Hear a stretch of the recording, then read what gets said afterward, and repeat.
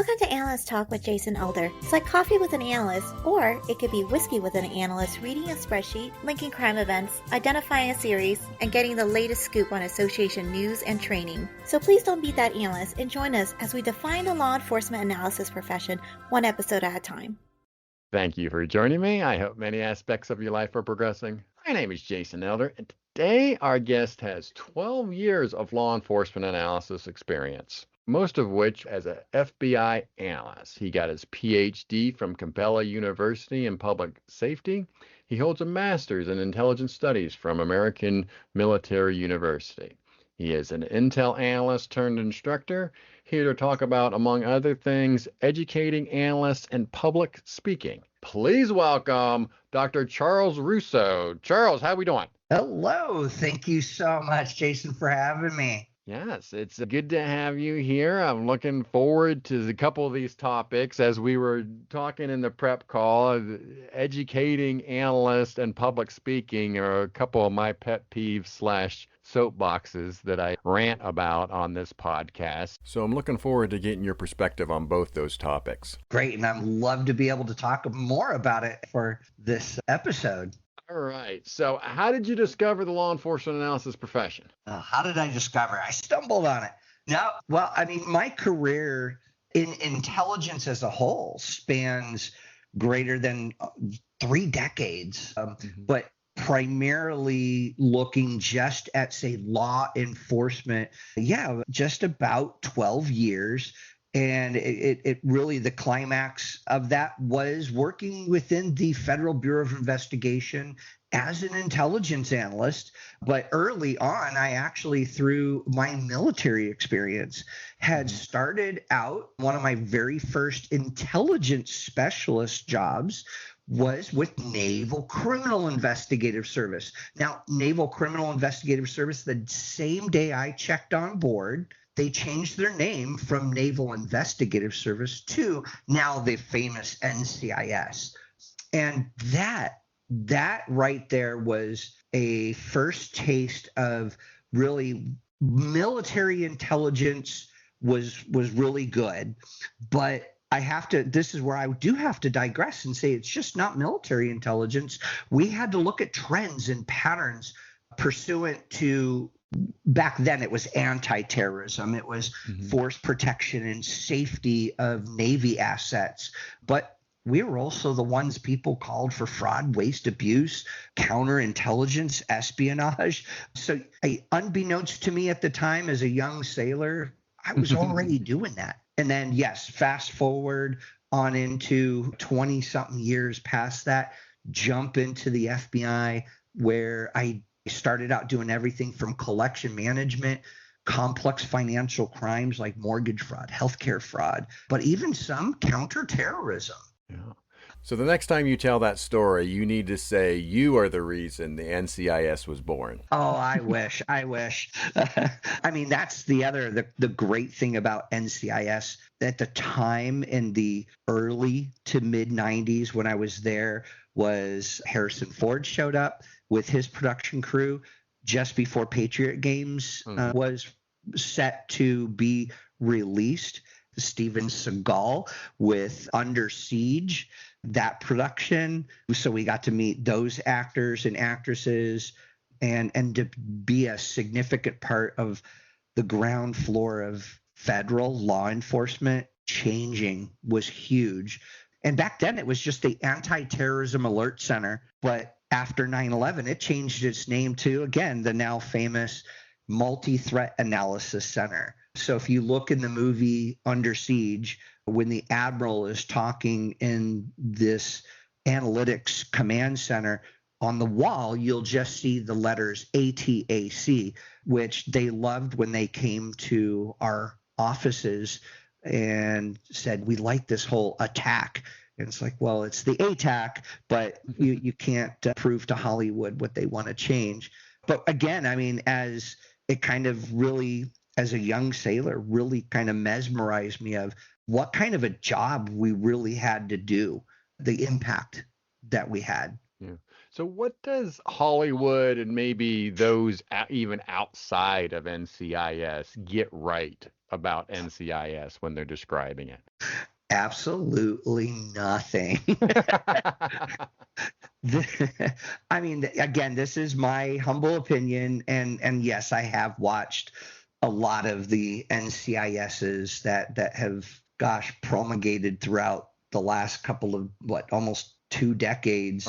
It really is the analytic work of dedicated military and civilian analysts that they never show, they never talk about.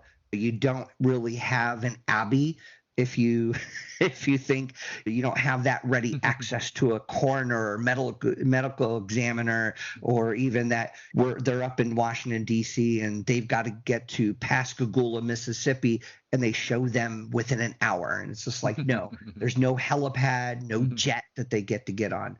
So that's why I say they get it all wrong. There is not one bit of, I think, analytic tradecraft or truth to that series. I think, but that's what entertains people. I say, let them have it. Now, do you have maybe a favorite story from your time with NCIS? At least the one that you can tell? Oh, I would say the most impactful actually was being on watch the day that the Oklahoma City bombing happened in 1995. And a group of civilian analysts, and again, the military analysts, gosh, we were split down the middle of, I think we had 5 enlisted and 5 officer, and individuals were sent to Tinker Air Force Base in support of the aftermath and the investigation of the bombing of the Oklahoma City Federal Building. And you're thrusted that you went from just, you're doing your 12-hour watches, you're on a rotation, to individuals are sent out of the office. They have to go do their job. Agents are of course, out in the field, but you're sitting back thinking you're just doing a watch now, and you're not. That was a huge learning curve of understanding a multi-agency, whole of government approach to finding out. We didn't know if it was terrorism, Middle Eastern terrorism. This goes on the heels of only a few years after the first World Trade Center bombing. We didn't know if it was domestic, again, on the heels of Waco happening in Texas.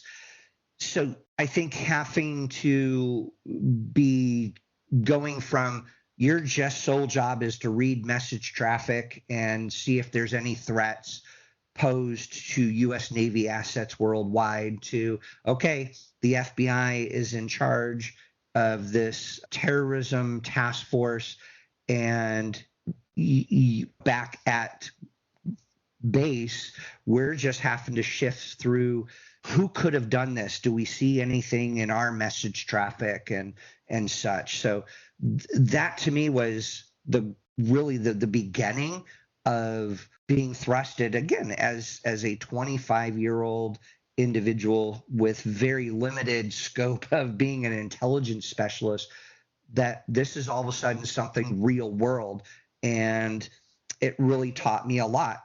To include, I remember walking out a few years later and going on to another duty station of, I really wasn't taught much going in of what needed to be taught as a junior analyst. I mean, both analytic tools, analytic techniques. It was just, here you go, and OJT.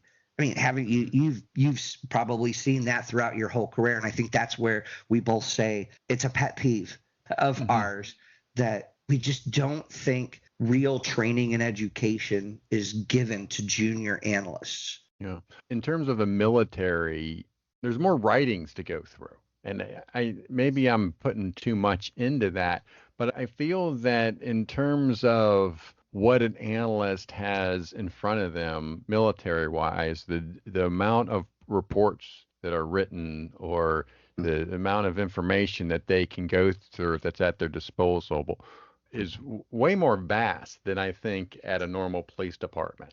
I mean, the police department, maybe what's in the RMS, a description, you'll read that. If you get your hands on the actual case file, maybe what's handwritten in there, I feel is pales in comparison in terms of what the military has written down on a variety of subjects. It does. It does. But I think it also goes to, and I look at then my time within the Bureau working with the military intelligence individuals, and throughout my career whether I was working at the Defense Intelligence Agency, back then it was the Joint Intelligence Task Force for Combating Terrorism. We had FBI, Marshal Service, Department of Homeland Security, law enforcement, Secret Service, and they would say the same things. Man, you have just so much more information. We'd love to get our hands on this on a daily basis. And then, yes, working within the cadre of the division, the Sacramento division that I had first worked at, my first assignment within the FBI, I think that's where collaboration really comes into play, is that while it seems like even the FBI has this vast amount of reach within its information and its databases, it still relies heavily on exchange of information. I think that's where working with, whether it was a county sheriff, it was Sacramento Police Department or another city police department that we covered, they would say the same thing. Well, we don't have very much. But then when we would say, well, let's kind of have this quid pro quo, it really seemed to open up the door to say, okay, well, did you think about, you only have access to this, like you said, RMS database with maybe a report or two, depending on maybe the subject of the investigation has a longer rap sheet, or has the analyst had time to dive in to a lot of open source. And we finally learned after 9/11 that open source intelligence really was the jackpot, even for ourselves within the Bureau. In particular, with the Oklahoma City bombing, are you able to talk about the various aspects that you specifically worked on, or what piece of the pie in terms of the investigation that you worked on? Oh, yeah. For me, I do remember coming in several days in a row. Our watches were already 12-hour watches, as it was 6:30 at night till 6:30 in the morning. We know that, of course, the bombing wasn't close to either one of those times. You look right in the middle. And I was already on watch when it happened. And so I didn't go home that night. They kind of just said, we need everybody here. They just didn't know what. And when I say they, I'm talking about leadership. Mm-hmm. I ended up being told, sift through everything that we had within our NCIS databases for anything targeting Oklahoma City, anything. Of course, I do remember saying, no, we had nothing. Not like, and again, mid-90s, it was still Islamic terrorism is really where the focus was. We didn't really see anything, but we knew Tinker Air Force Base was there. Oklahoma was home to Army, Air Force bases, a lot of naval recruiting station, not just recruiting stations, but reserve stations. Mm-hmm. And so it was, okay, we had to look at what was this? And I do also remember kind of being told, well, you're just doing a keyword search. Again, I really wish afterwards I would have been probably mentored a little bit better of, well, you just put Oklahoma City together. I look back and go, wow, I probably did the worst job. But again, I think that's where 30 years later, 35 years later, I'm still kind of going, wow, I could have done better had I really had the training and the education, not just the here are tools, go for it. Yeah. And the mentoring. I think the mentoring is huge as well. Yeah. Do you even thrust into that situation? Because that's obviously a special situation that a group of analysts are now in, this collaboration, this multi jurisdictional task force that time is of the essence, critical incident. From that point forward, was there any training or standard operating procedure developed after that for the unit to say, okay, when we're in this situation again, here is some common practices? No. And I emphasize that no. Everything back then was still very stovepiped within the intelligence community.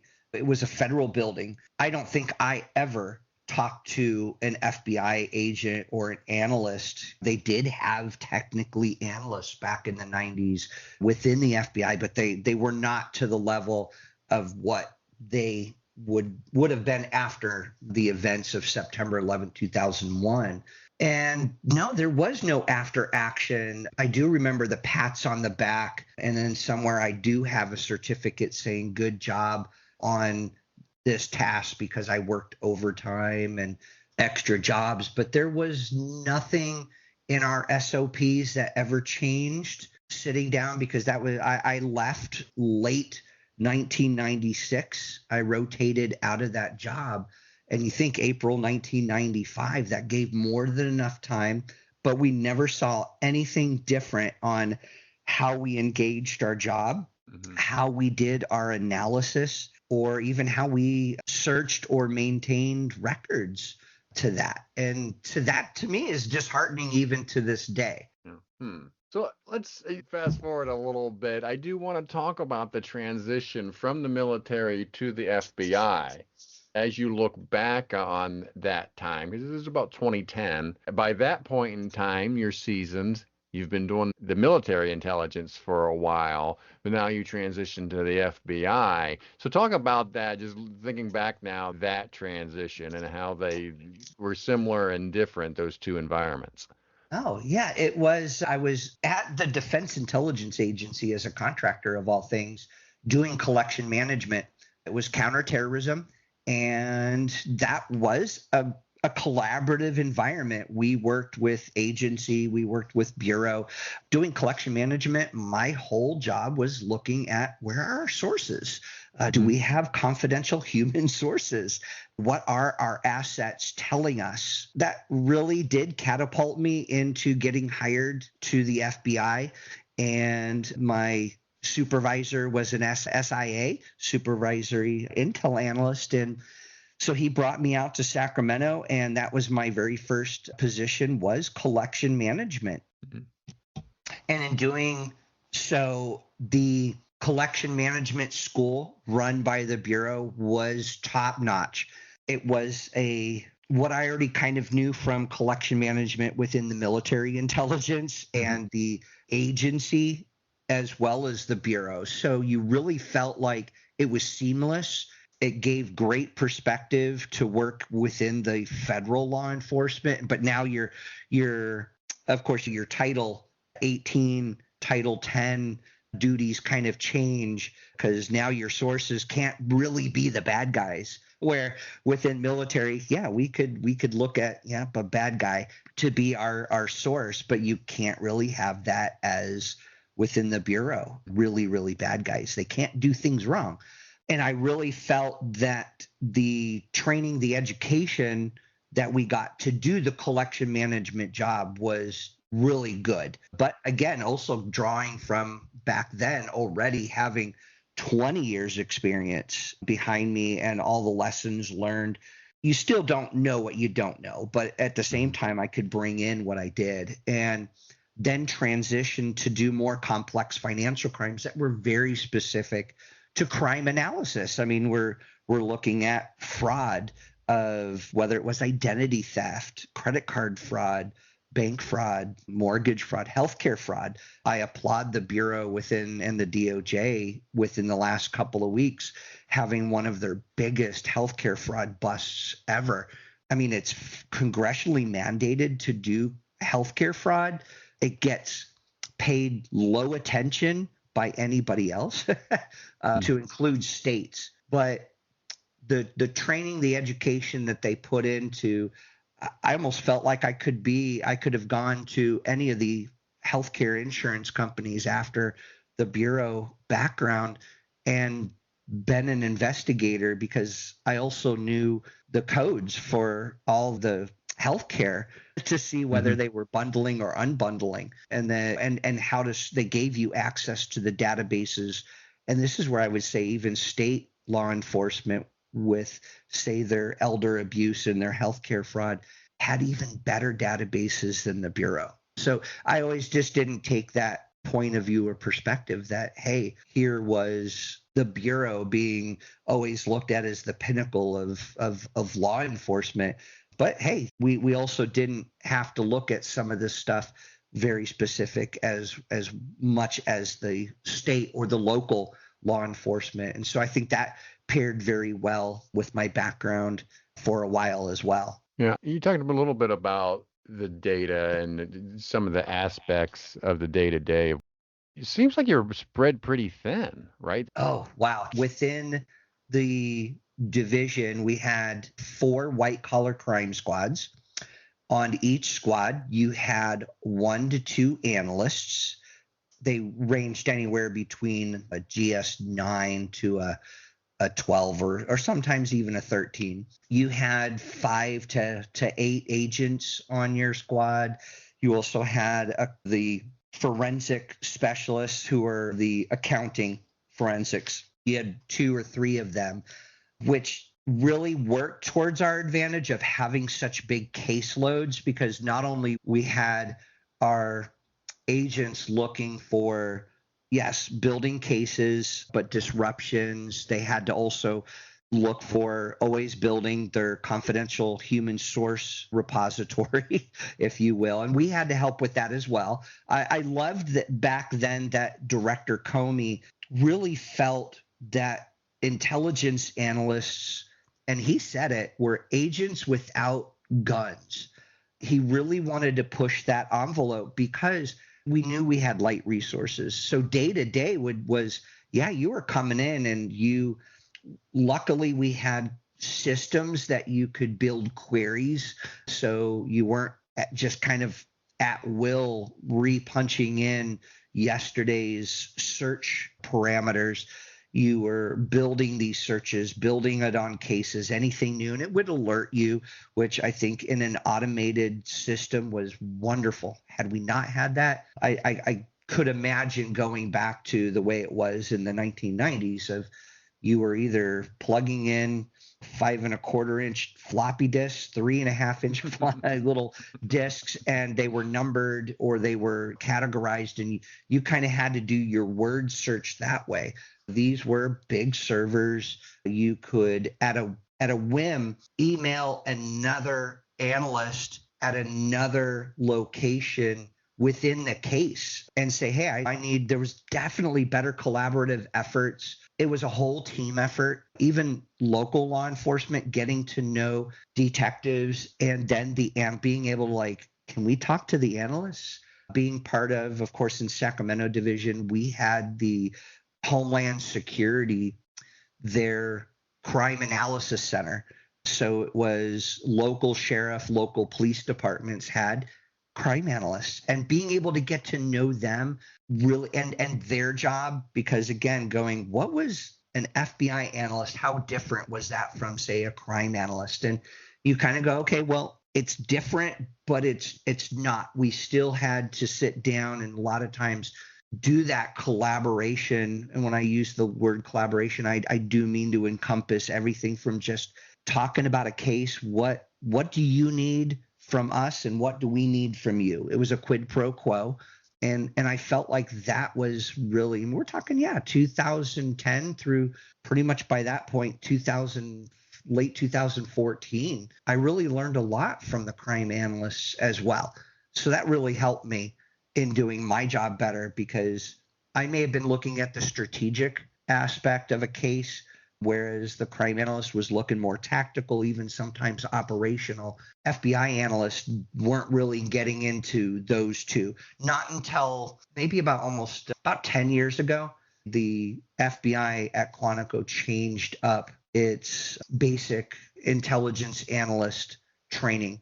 And so they really started training analysts and agents together to be more tactical and operational. I think that was a lesson learned from crime analysts at large and really the industry, to include the organizations that really look at educating crime analysts.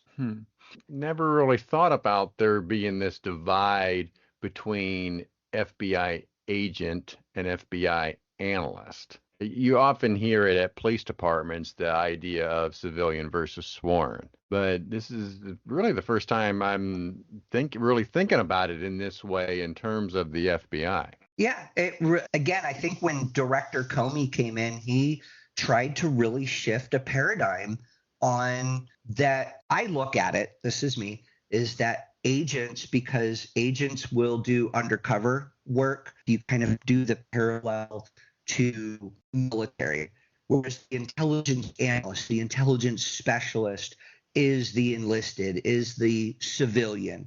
There is that clear line.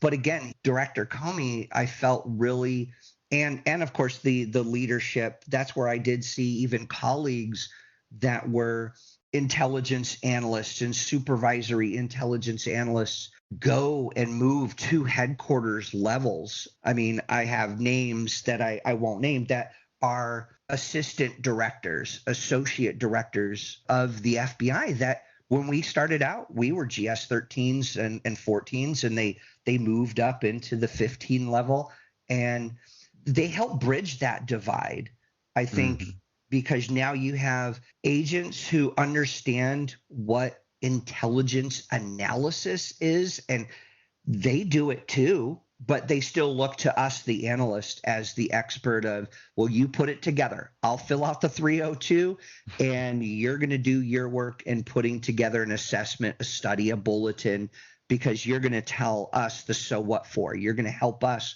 say what intelligence gaps our sources need to fill, or where we need to maybe go look for a new one, because we're seeing this pattern, this trend happening, but we need to be forward thinking. And that's where I think a lot of the dynamics changed in 2015, really started to take change within Quantico of having agent analyst for the most part. When an agent goes off to go do firearms or driving or self-defense takedown tactics, the analysts are going to learn a new system to do some, whether it's, say, signals intelligence or doing some human intelligence training or a new database system, something like that.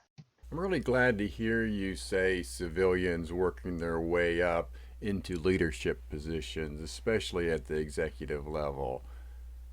One of the things that I harp on over the years is I think analysis at the police department won't have a large fundamental change until there's an avenue to have analysts work their way up into the inner circle of police chiefs and be part of his or her executive team. Yeah, gosh, I've even gone to where I live. I've interviewed for some senior positions within police departments, and only to find out later, because I get to also I do my background and find out who the crime analyst is, and kind of talk with them either through the various like LinkedIn and such, and get a feel for, okay, what am I walking into? Because you want to do your best on an interview, only to find out later that, okay, well, you weren't selected, and the person they hired had, of course, the background of the Shield. They were sworn. And so it was just like, okay. But at the same time, then you also hear, oh, wow, this individual who went through the ranks as an intern and worked in the records department, and then sat in meetings and became a crime analyst, and then worked their way. And next thing you know, that the supervisor, and then they're working with multi-agency task forces or working groups and such. To me, that always is something nice to hear, and something that in the 90s I never heard of. And even in the early 2000s, it wasn't heard of. But then, yeah, by the time the 2010s came along, you really started to see things shift even within, not just within federal law enforcement, because then I started working with individuals from State Department and Secret Service and other federal agencies, even the VA, because of healthcare fraud, that they were like, oh, yeah, no, I started out as an intelligence analyst and now I'm an 1810 or I'm an 1811. And you're like, well, good for you. And they never really forget where they came from either.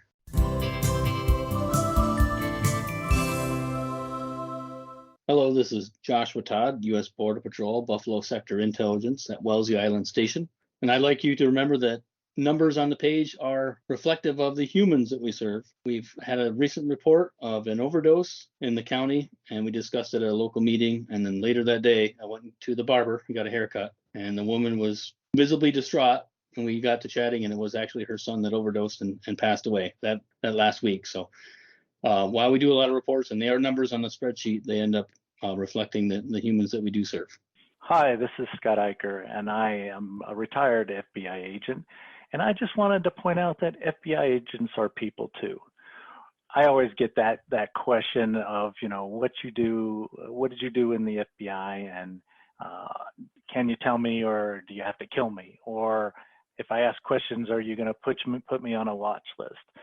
None of those things occur. We are just detectives and analysts with a different title. We do the same thing law enforcement does. We have different types of programs. Sometimes we do different things. We work classified cases, but FBI agents are people too. We put on shoes just like you do and wear pants just like you do most of the time. We are great analysts and detectives just like you guys are, and feel free to come up and ask us questions anytime you want.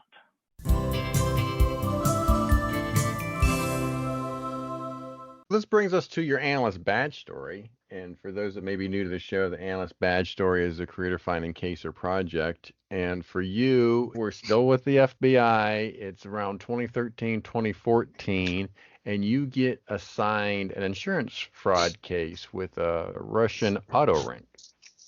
Yes, since my background, or my duties, was insurance fraud. When we say insurance fraud, that's a wide casted net. Yes, I mean, healthcare fraud is part of health insurance fraud. But when we're talking about insurance, it could mean anything from homeowners insurance to your auto insurance. Well, this was an auto insurance scheme that within Sacramento, there was a large population of Russian, and you could even say Eastern Bloc country individuals. But what we did see was a significant uptick in staged auto accidents. Now, this is everything from the accidental rear ending and, oh, I hurt my neck, so I need chiropractic, and I lost for wages. But if you know anything about, and I hope the listeners who do know about insurance fraud, is that it's both players, both cars involved are part of it. It's very rarely that it's a non or unknown individual. So we saw the uptick in that. We saw the uptick in the part of that insurance fraud was not only the medical part of that fraud, but the car repair. We saw pedestrian, same thing, hit, that somebody gets hit. So there's the chiropractors. Now you're bringing in, yes, doctor shopping, pills. So it really, the organization had its tentacles in a lot, because they also get their hands on financial information. So we started to really build these cases. We started to see these individuals from everything from young kids, and I'm talking 12, 13, 14 years old, being part of the fraud schemes involved, whether they were just purely an accident victim, all the way up to individuals well within their 70s, 80s, and the tentacles that it really blew open wide. And it always seemed that as soon as you would kind of find, here's the suspect, yep, we have dead to rights, ADAs, or DAs, ADAs, and even U.S. attorneys, assistant U.S. attorneys, they said, well, this is just one part of a larger case. So you really saw it really blow up to multi-agency, and I'm talking everything from small town police departments going all the way up to state and the federal levels, and then bringing in National Insurance Crime Bureau, along with all the insurance companies that did business within pretty much the state of California, because we also watched a lot of these individuals were already from down in Southern California, and they just kind of flip and they flop back down, back and forth. So it really, by the time I left, you're talking 2-3 years later, I don't think that we had gone to court for anyone. We hadn't indicted anyone because it just was a constant build out of this spider web. So here's you kind of fast forward a couple of years. When I left Sacramento in 2015, I went to another assignment, follow-on assignment within the Bureau, and then left, went to education and started teaching at the higher education, and moved from Virginia back to California. And this is early 2019. And I had shipped my car. So I went online. You have auto carriers. Nowadays, you don't have one specific auto carrier. They kind of, you put it into, doesn't matter what web page you go to. It goes to a broker who then puts it out on how much it's going to cost when you put in when you need your vehicle picked up and when you need your vehicle dropped off, and they work within those parameters. And if they accept your price or the price of the broker, it gets kind of promulgated down to you. You get a phone number and says, this is where they want you to meet you to pick up your car. They go through all the great paperwork. Every nick and scratch is done. Well, my car gets shipped out, and it's supposed to be in California in 10 days. 10 days goes by, and I don't have a phone call. I don't have a text. I don't have email. I call the broker, and they say, well, let us check. I don't hear from them for a couple of days, but next thing I know, I do get a phone call from a very heavy Russian accented individual who proceeds to tell me that, no, my car has been delivered and that I didn't come pick it up. I'm like, no, you never called. I have my cell phone records to prove it. They say, well, you owe us. You owe us money for storing your car, for the extra charges. Like, they came out like it was only cost me $700 and something to ship the car. They wanted another $800 for me to come get my car. They wouldn't even tell me where my car was. I knew it was in the Northern California area. And so I was like, okay, this is crazy. I called a colleague still in the Bureau and had asked them, hey, here's a phone number of somebody that called me. My car's being held. The same thing that we had heard when we were doing our investigations, the same kind of schemes. And so when they came back, they're like, yeah, this was part of the bigger investigation a few years ago. But I was like worried that these people knew who I was from my background within the Bureau. It took a while. It took another like 2 days to come get my car. I dwindled them down to like $700 to get my car. But it was, boy, in the shadiest area that I do remember from the bigger investigation 4-5 years earlier. But it still seemed like it was going strong. And that's where I was just like, okay, this is interesting that I almost found myself as one of those victims that was rolled up in this scheme. So I see in that regard how they are getting more money out of the victims. Talk a little bit about some of the insurance fraud situations. How are they getting the money out of the insurance system? The scheme really was against the insurance companies. They would have, a lot of these people had almost no backgrounds, which was great. They had clean backgrounds of within their community, not having any real paper trail other than they were just living at this address. Names were very, of course, as we know, Russian, Slavic type names can vary, even just change letters. And so it was rather difficult for the insurance company would, of course, pay out if and again, schemes abound. There are dozens of different types of how would they get money.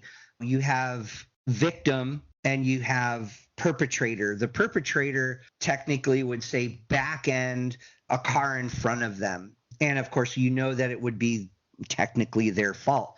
Well, oh, gee, they wouldn't have insurance, right?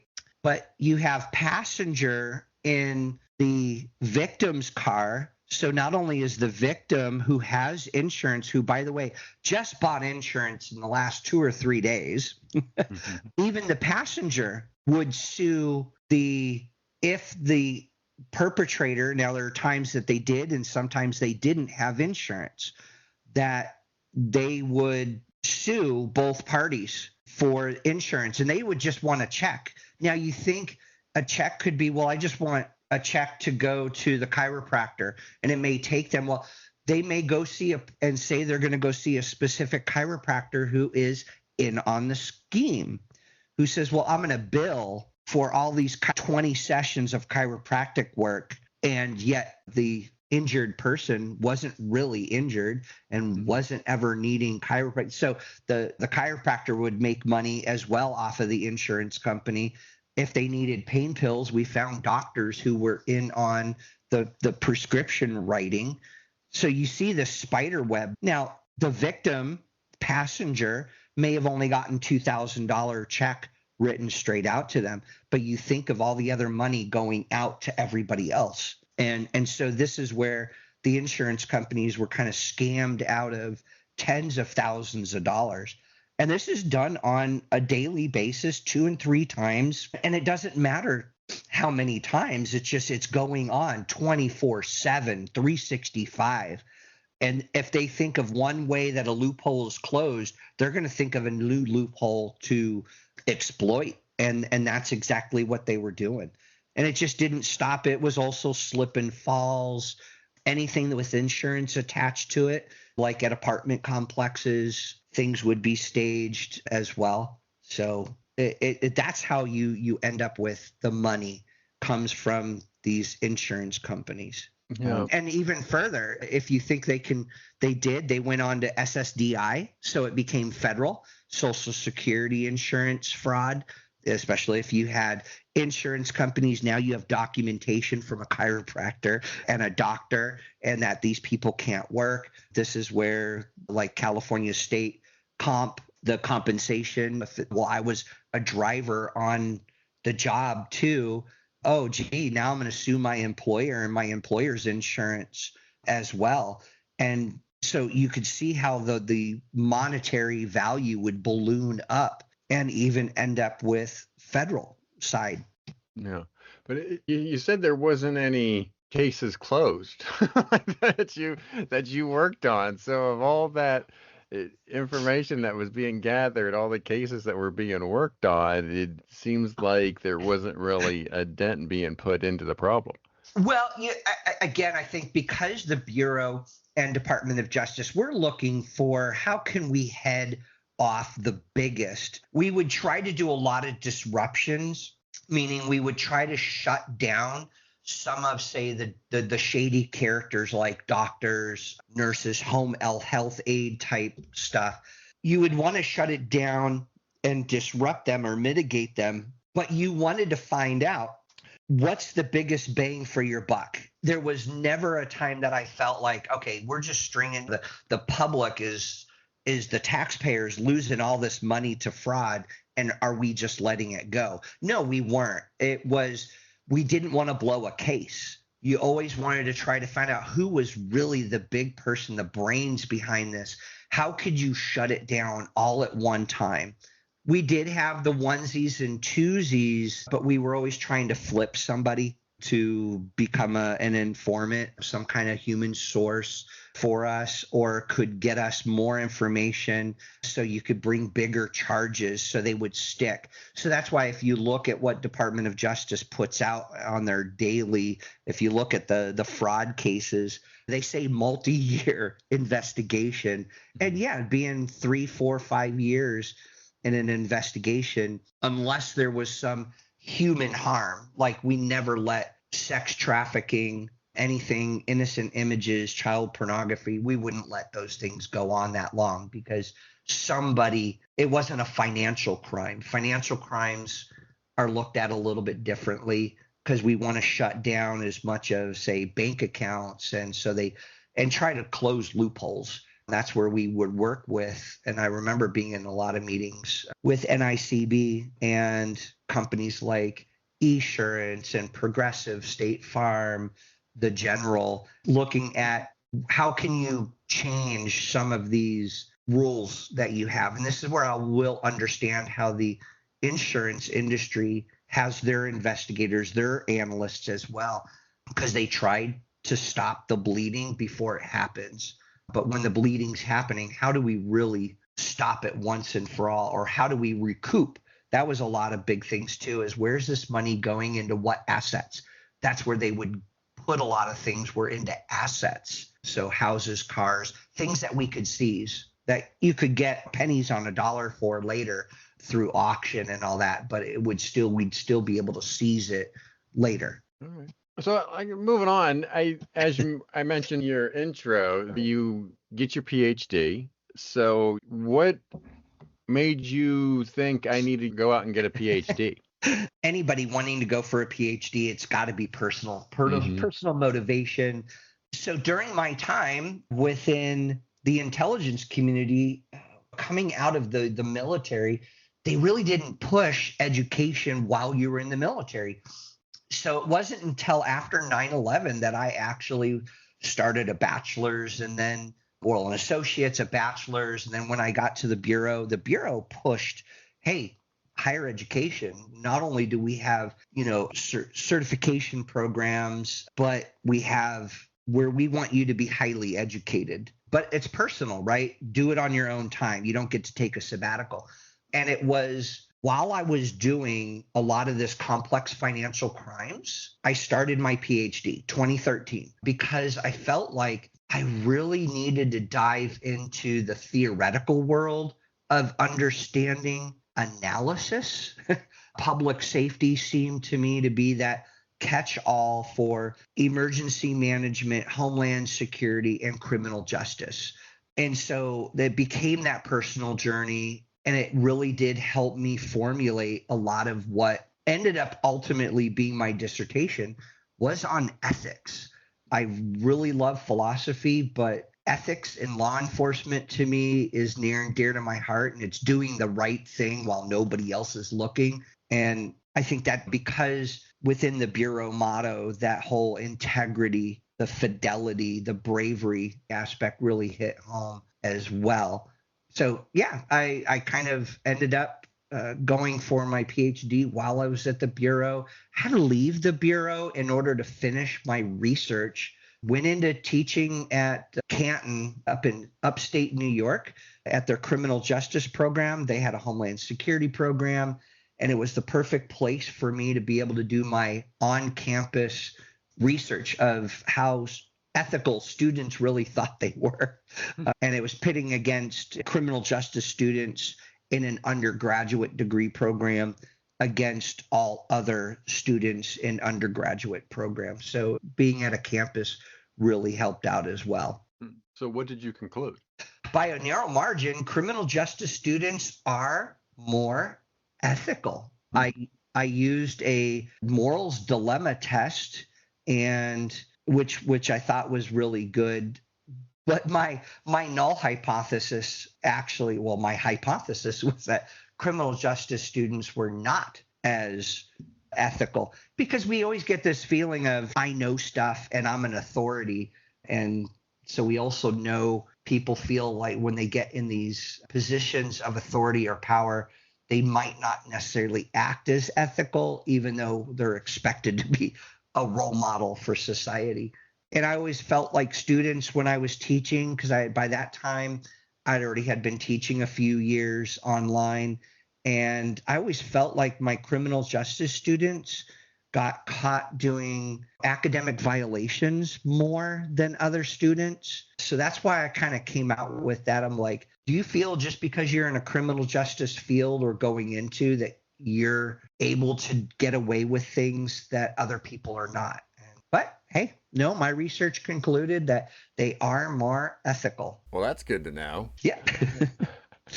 All right. So let's get into teaching then, because you've obviously been teaching now for several years, and it's a topic that's near and dear to my heart. Of just there's training obviously for the professionals, but then there's education, the student level, whether that be those that are studying to become analysts or those that are, as you were, situation that you were in, where you're a professional looking to get more education as a professional. Talk about some highlights there of just some of the things that you're seeing, to give us the temperature of the room, if you will, in terms of intelligence, law enforcement, analysis, and education.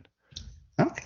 Thank you. That is something also. That's why I think you and I get along so well. Is that we have these ideas of what training and education are. Mm-hmm. I love educating. I mean, I grew up in doing training as an intelligence specialist within the military, even as a contractor or federal civilian employee doing training.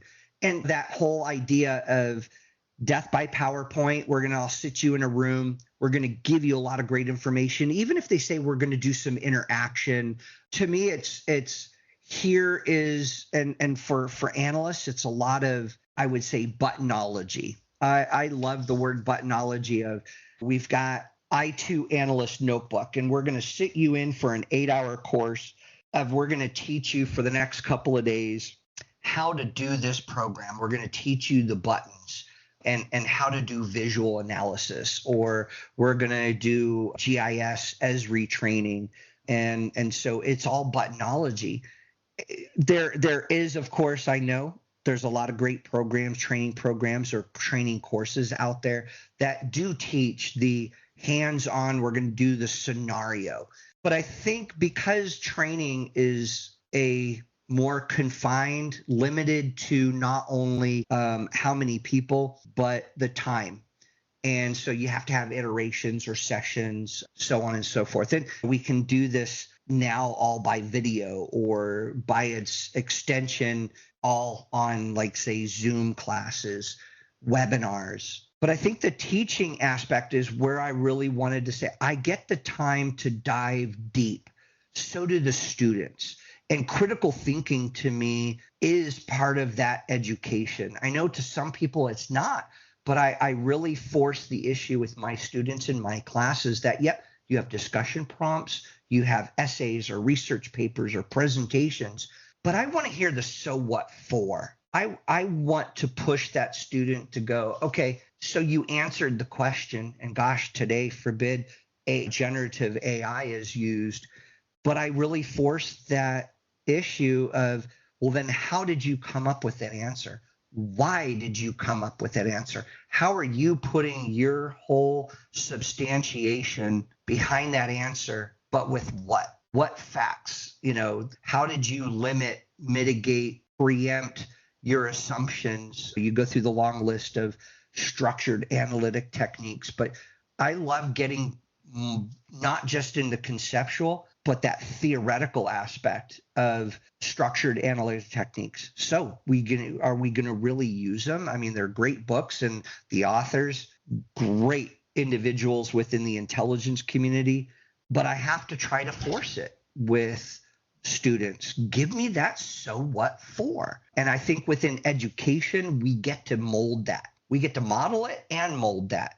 Whereas in training, you just don't get to that depth. So there's a wide variety of right answers, right? As long as they're using the information and drawing rational conclusions, you make it to the finish line. Whereas typical education, usually there's only one right answer in a multiple choice question, or even if it's an essay, there's usually only a handful of correct answers. But I'm guessing here is what you're after is thinking critically. You get the information. Now, what are your conclusions and recommendations? Yes, and that's not the simple answer. While yes, you can, and we often don't, or we have leadership that doesn't want to know. They want to know an answer. Give me an answer. And that's great. You can give them an answer, but is it the answer? Is it an answer that begs more questions that we can start going, okay, here's some recommendations based on this answer you wanted. Also, here's some implications of if you take this answer for what I'm telling you it is, based on all this evidence, all these facts, whatever those are, because as an analyst, we try to run down and give the best possible with what we have, and even the confidence levels. Okay, this information is secondhand. This information comes from a source, but do we really know what that source's motivations are? Why they chose to say the words? To me, that's where I say critical thinking should often ask more questions of our leadership and giving them an answer like, well, what based on this, what else is it that you want to know, sir or ma'am? Here's some recommendations that I would make to go even deeper. We should never stop asking to go further, because at what point is it a moot point to say the facts really are now the truth? I always kind of go that facts are not always truthful. We may see a picture of a car, a green car, that's a fact, but the truth is, was that actually a running car? Was it moving? Because the picture doesn't show if it's moving or not. So I know it's a off the cuff analogy, but analysis to me is definitely something we have to train ourselves to think sharper, to really think deeper, and not just say, well, okay, somebody asked, a supervisor asked for this information, and I'm going to give them that information. But do we ask why? Do we ask what else is needed? Because maybe we may not have all the answers. So what are some of the issues that you're really struggling with as an instructor? Perfect question. Thank you. This is actually what does keep me up at night. I've been writing prolifically about this for the last year or two, but only within the last 4 or 5 months have I really been able to put pen to paper. But what keeps me up is the lack of understanding of that people need to think, that students who say, well, I'm getting a PhD or I'm getting a doctorate or I'm getting my graduate degree, and all I can look at is what they've written and go, are you serious? Because what I see here is a rudimentary level of thinking, let alone it's not research. Aren't formulating even just the simplest, well, what's the problem? What problem are you trying to solve? What problem were you given that you're not even understanding how to formulate your own problem statement, let alone ultimately, what are my questions that I'm going to formulate to go do my research? And I'm not just talking academic research, because a lot of what I teach are that criminal justice, forensics, intelligence analysis, and seminar and crime and such, that the students are supposed to put these complex problems together to be solved, and they're not. There just isn't. I think it's the over-reliance on automated systems. Generative AI has, in the last, less than 2 years, significantly changed the field. Students are going to gravitate and they're going to use AI, which I think is a great tool, can be used as a great tool to deepen your research. But I think cognitive training, nobody is teaching analysts how to really monitor their own reasoning processes. They're not able to identify when their default pattern. Do we know our own bias? Okay, you may say, I don't like this gang. Well, that's not the bias I'm talking about. Do you really want them to be found guilty? What is it that you're really looking at? So we're not getting that deeper analysis. We throw these structured analytical techniques out there and we say analysts should be learning these. Well, okay, are we really using key assumptions checks? What about an alternative explanation? Are we really reducing our confirmation bias by using analysis of competing hypotheses? Are we really injecting these into to where other non-analytical mindsets can understand why we did that? I don't think that we're doing a good job, even as the analytical cadre, to promulgate our practice in our profession to have other people understand. I really would love to have a regular bias awareness type workshop to see more corrective action in our cognitive bias, and especially within individuals who are with my classrooms who are crime analysts, who are law enforcement officers, who are detectives, who are investigators. And I'm just like, my expectation is a lot more. And I'm just not seeing that. And that's where I say I push my critical thinking onto students to go, no, you need to have better argumentation. You need to look at the words. Words have consequences. Now, do you feel that you have the support of the university? And what I mean by that is I think one of the challenges today is that people going through programs, the university, it's a business.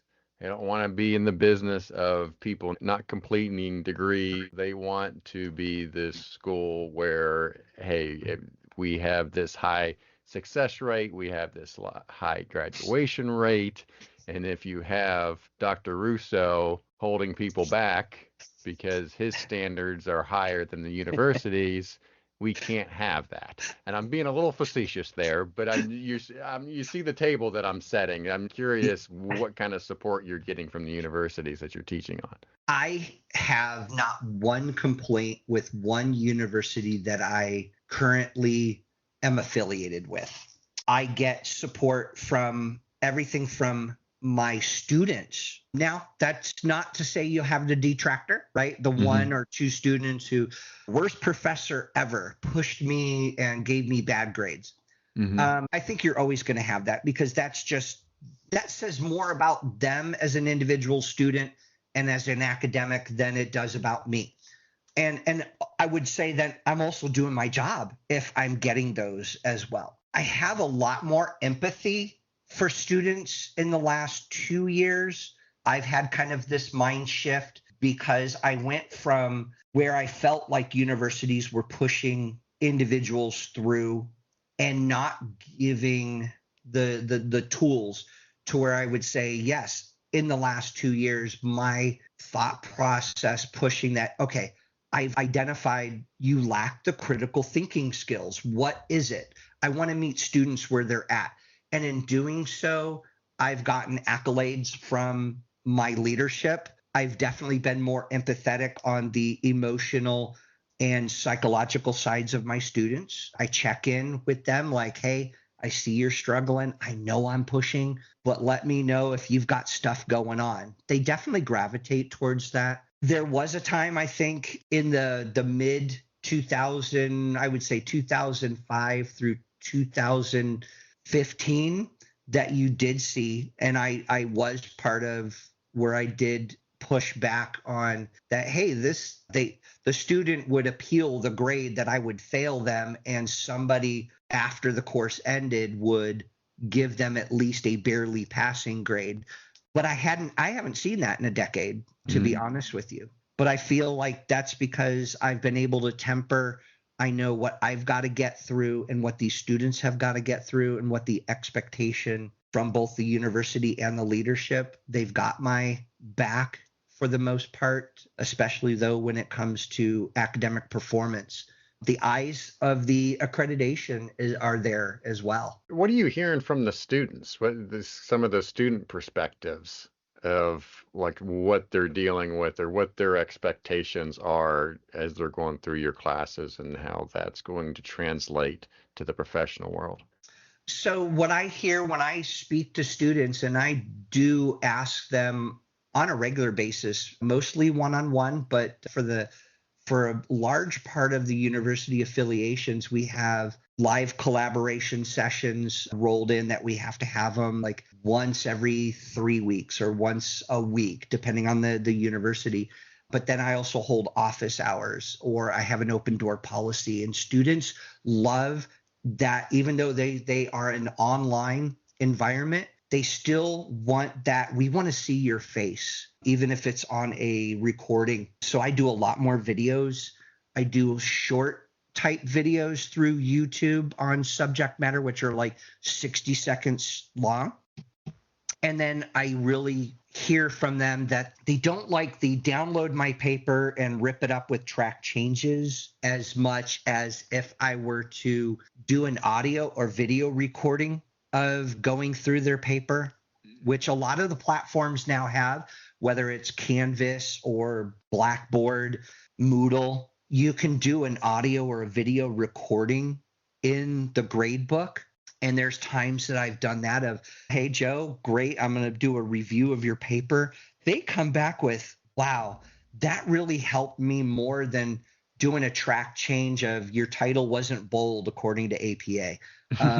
You could still hit that, but they love that it's an interactive voice, giving them an honest critique where they don't know if you're redlining their paper with track changes. I could see in the old days that was a daunting task of like, oh my gosh, I see red.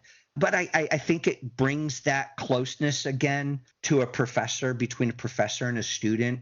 Again, I kind of give them that empathy of, you need to let me know if you've got things going on, because my expectation is I want to see a quality product. I don't want to see a book report, because if you give me a book report, I'm telling you, your heart's not in it. If your heart's not in it, you're not doing that. So what for? That bottom line up front. What happens if you were working on a real report for a police department, you ended up giving your leadership kind of the wrong answer based on you just didn't have a good day yesterday writing that report? So I'm curious to know, as we finish up this section, I was watching a segment, I think it was on the Today Show, and they were talking about the phenomenon of what they're calling the Gen Z stare, which is the idea that you either ask them a question or have this interaction with them, and there's this deer in the headlights stare back at you. And that's in situations as teachers, but it's also out there in the service world, that instead of talking with people, they'll just kind of take a moment and stare. And so I'm curious to know, have you experienced this, or are you familiar with this concept? Yes. Case in point, background as a juvenile probation officer. My job was a placement officer within my county. And of course, I have to deal with everything from a 12 all the way up to an 18, 19-year-old, depending on where they're at in the system. And yes, you would talk to them, have a pointed question, and you'd get this literally, yes, the deer in the headlight stare, but I always also got the sound effects of the dink, dink, dink, dink, dink of their eyelids just blinking at you like, I need some feedback here. And this is where I would say having the ability to have a conversation, much like this. You haven't heard me kind of stutter or just kind of a blank space of like, okay, I don't know how to answer.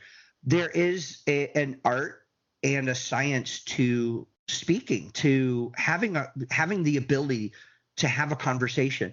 Critical thinking goes to that, because with big part of critical thinking is critical listening.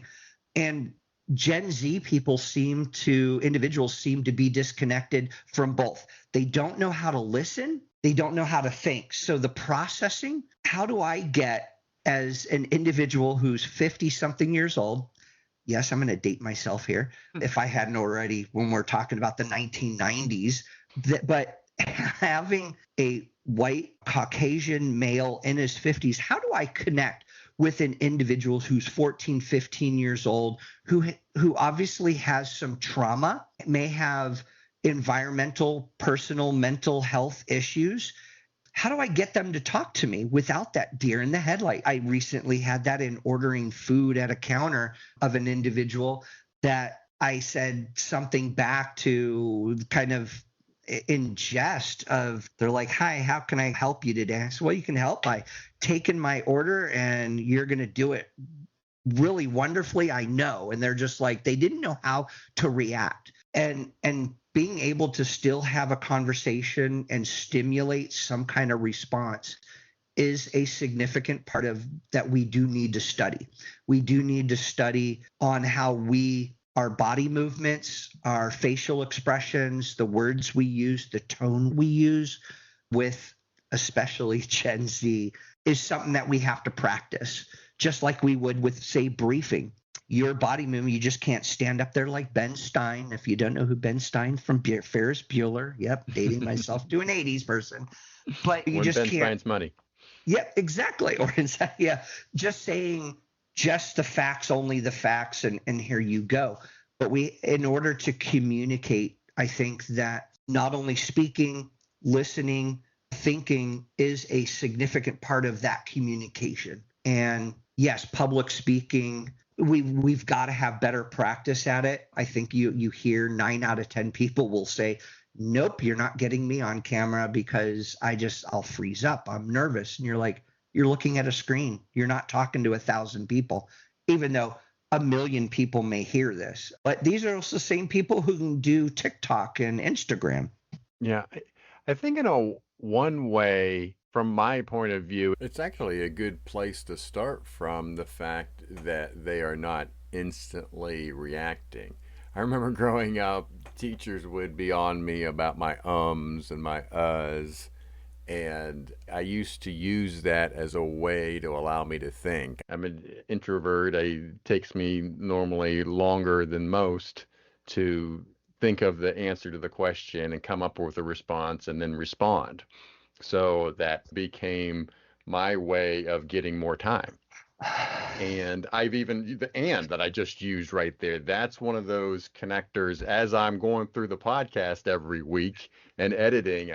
I feel the transition words that I have developed over time. So from their point of view, not reacting right away is actually giving them time to think of the answer and think of the response is a good thing. But at some point in time, you do have to speak. If someone's talking to you, you're in a service working environment, someone's asking you a question, you actually have to answer the question. I can understand where maybe they think the question's stupid, or maybe they feel that you just insulted them or whatever. But for the most part, I think they're not necessarily understanding the question right away and they're taking time to think, but then they get stuck where they don't know how to respond. Yeah, and I think that is a big part of the generational gaps, along with our innovation and technology advancements, is we no longer are teaching individuals to really think. And again, that's the reason that is a big part of my passion. In the 1960s, we got rid of public schools teaching philosophy. There was a reason that philosophy was taught in the 16, 17, 18, even the 1900s, and until the mid 20th century, we got rid of philosophy. Philosophy is about thinking. And when you do that, we have now whole generations to include Gen X. The boomers were the last ones to really have in schools the philosophy, the philosophical understanding of, you might want to question this, or why do we question the existence of, or why are we here, let alone having any kind of real public speaking in high schools, projects. I know they try to bring them back, but they're just not to that level and that depth. And I think now with the anonymity, if you will, of our social media, they don't really feel like they need to think as hard or as often or as deep. And so we end up with these longer stares and gaps and like, well, what am I supposed to say?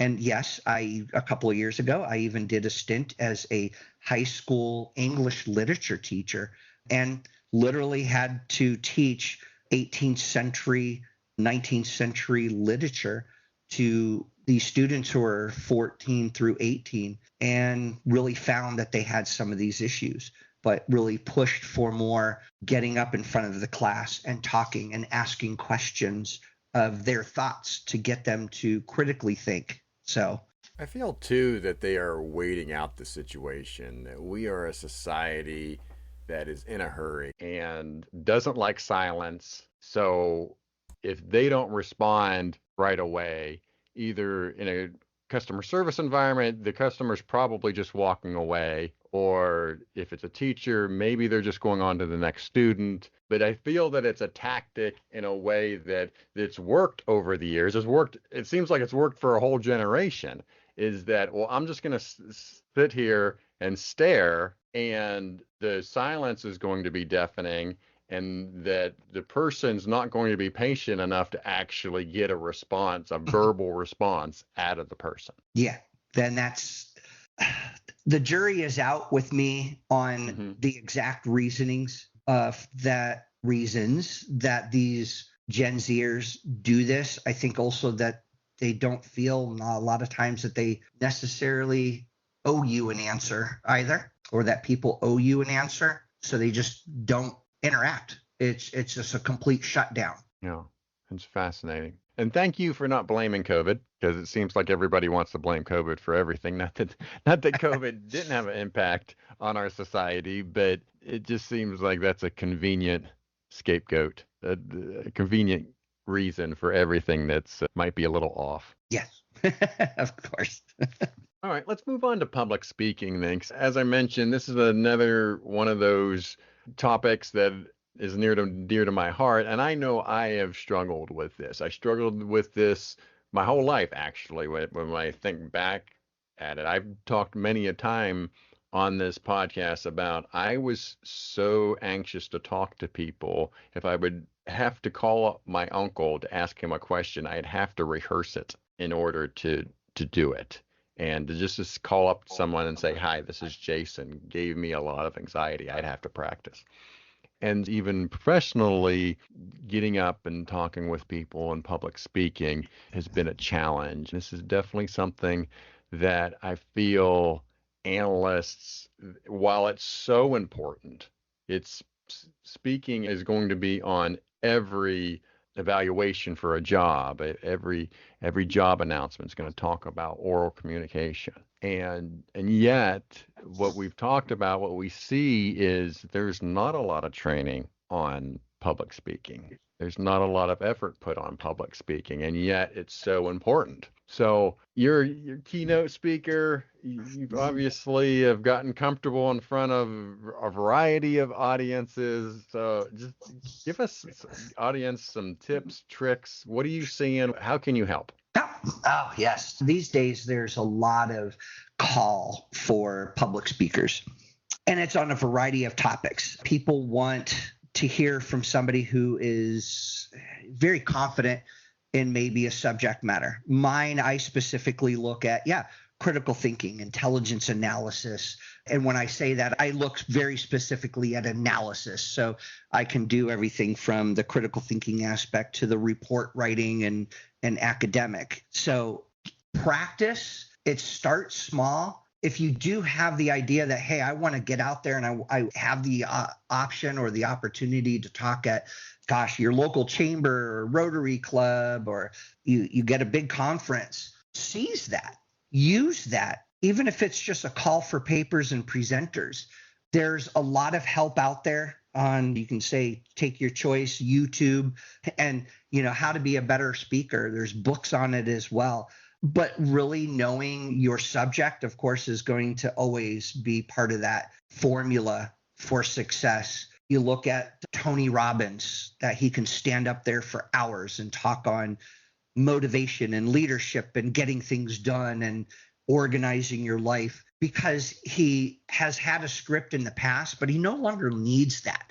Asking people to critique you is really significant. I think early on, we're taught how to brief are the ABCs, and it's about the inflection of our voice and our movements and our eye contact. And yes, that's all part of that formula, but it's all about really like, what is it that you're going to end up, the end goal of wanting your audience to take away from you. It's, yes, they can sit there and take notes, but it's something that you can resonate with that they're going to leave with that aha moment of really big, what was the impact of something you said to them? Refining that and finding exactly what that is something that I think everybody is going to have to practice, struggle with, refine, rework, something that just like I look at it as improv, right? You go see a up and coming comedian and they can either flop, they'll figure out what jokes and how they tell it or what they look like when they come up on stage or how their voice is. Because we've had you go to a comedy club and you get the sparky, plucky individual who tries to make fun of people. Well, okay, maybe that fell flat, or that the roaring laughter came from the individual who talked like Eeyore from Winnie the Pooh and just really didn't have much to say, but just talked about their down in the dumps life. And yet everybody found that profoundly funny. I think it's the same with any public speaking. You got to practice. You've got to find your niche, find out what it is that each audience is going to be different. So you got to look at the audience that you're going to go look at or go speak to is significant as well. And then, getting that constant feedback of what worked, what didn't, and then trying to perfect your formula. Yeah. I think for analysts, that one of the things that I struggled with is I rarely presented on the same topic more than once, right? It was on to the next thing. If I was presenting at a conference, it wasn't the same from one year to the other. Or if I was presenting during ComStat, it was a whole different set of data. It was totally different from the previous. So there wasn't this honing in. You talked about stand-up comedians or singer-songwriters. They're practicing, they're doing the same skit, they're saying the same words, they're performing the same thing over and over and over again, week after week after week. Whereas analysts, it's a different, you have to get to the point of just being comfortable talking in front of others, because to actually nail down the exact words, you're not saying the same thing each time.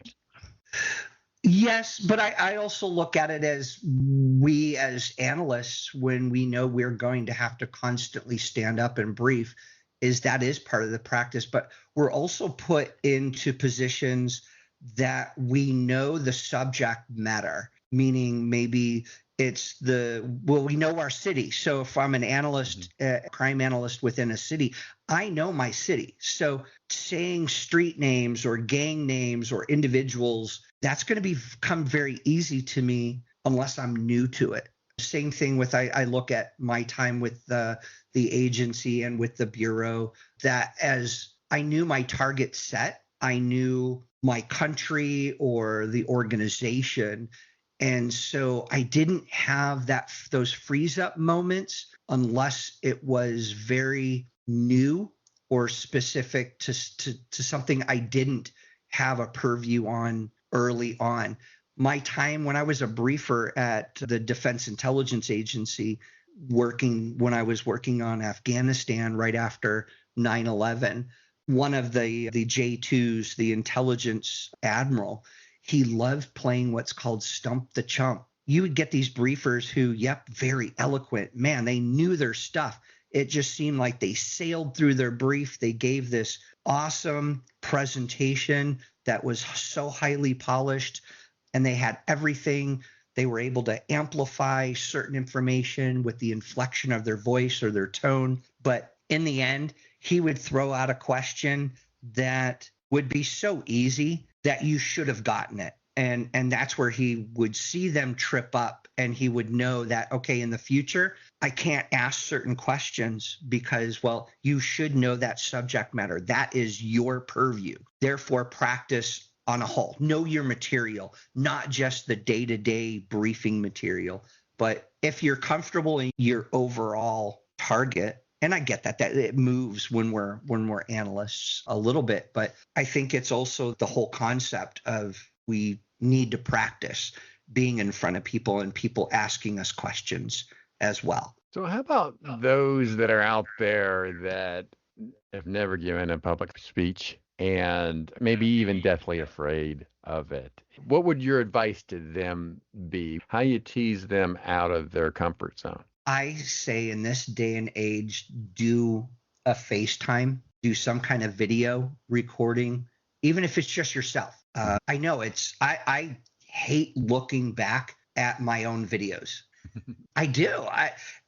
I get more nervous watching when a friend is looking at one of my videos than I did making the video, which is kind of that opposite. But I always tell people, start off small, even if it's just talking to yourself in front of the mirror and getting used to making that eye contact constantly to where you're going like, wow, I didn't know I had a gray hair right there. But it is. I think it's that eye contact mentally is you're now teaching yourself. You are looking, you're keeping that eye contact even with yourself. Yes, it is hard to look in the mirror and keep the eye contact with yourself without looking at your chin or your nose or your hair. No, keep your focus on your eyes. The same thing I think as we get ready to go in front of people. It's I'm nervous because I don't know the material yet and I'm going to have to stand here and talk. Well, just stand and just get used to the environment of where normally a briefing is given at the head of a large conference room, where the microphone is or where the light comes in. Is it a projector? Where should you be standing? I think those are extraneous things that make us even more nervous because we're bombarded with, I have to talk, I have to look, I have to be aware of where I'm standing, I have to point at this part, or I have to change a slide at this. That's a lot to cognitively put on yourself, thrust it in. I think breaking it down into little bits of practice and then bringing colleagues in to say, just listen, don't say anything after. And then tomorrow I'm going to come back to you and ask you what you thought. Because I think mentally you're able to bear news a little bit different than because you're being judged. To say that, oh, no, people aren't judging you. People are. They're just waiting for you to mess up in order to chuckle. I think practicing and then writing down questions you think somebody's going to ask, and then have that practice a couple of days before with somebody asking you those very questions or a matter of those questions, so that it builds that confidence level inside of you that, okay, I know where I'm at, what I'm doing, and where I'm going. All right, all this stuff is really good, Charles. Really appreciate your insight. Where can somebody find you if they want to contact you? Well, they can find me, of course, on LinkedIn. It is Dr. Charles M. Russo, PhD, on LinkedIn. I can also be found through my YouTube channel and my Substack. My Substack is where I have a lot of my writings and some of my recordings. So I try to drive people to there as well to find me at Dr. Charles M. Russo on the Substack. All right, very good. Well, our last segment to the show is Words to the World. This is where you can promote any idea that you wish. Charles, what are your words to the world? My words to the world are that really as we wrap up, not just when I say today's journey, I really mean today, not just this podcast. But remember that every question you ask, every story you share, every moment that you're going to choose to listen plants a seed of possibility for someone else. You just never know who you are going to reach. So in the silence between the notes, you have really the power to write the next verse of your own life's song. I know, kind of cheesy, but so, you carry the spark of curiosity into tomorrow. You embrace the unknown with courage, and never forget that your voice really does matter in the grand conversation of our shared humanity. So I really want to say, until next time, stay curious. Very good. Well, I leave every guest with you've given me just enough to talk bad about you later. I do appreciate you being on the show, Charles. Thank you very much. so much, and you be safe.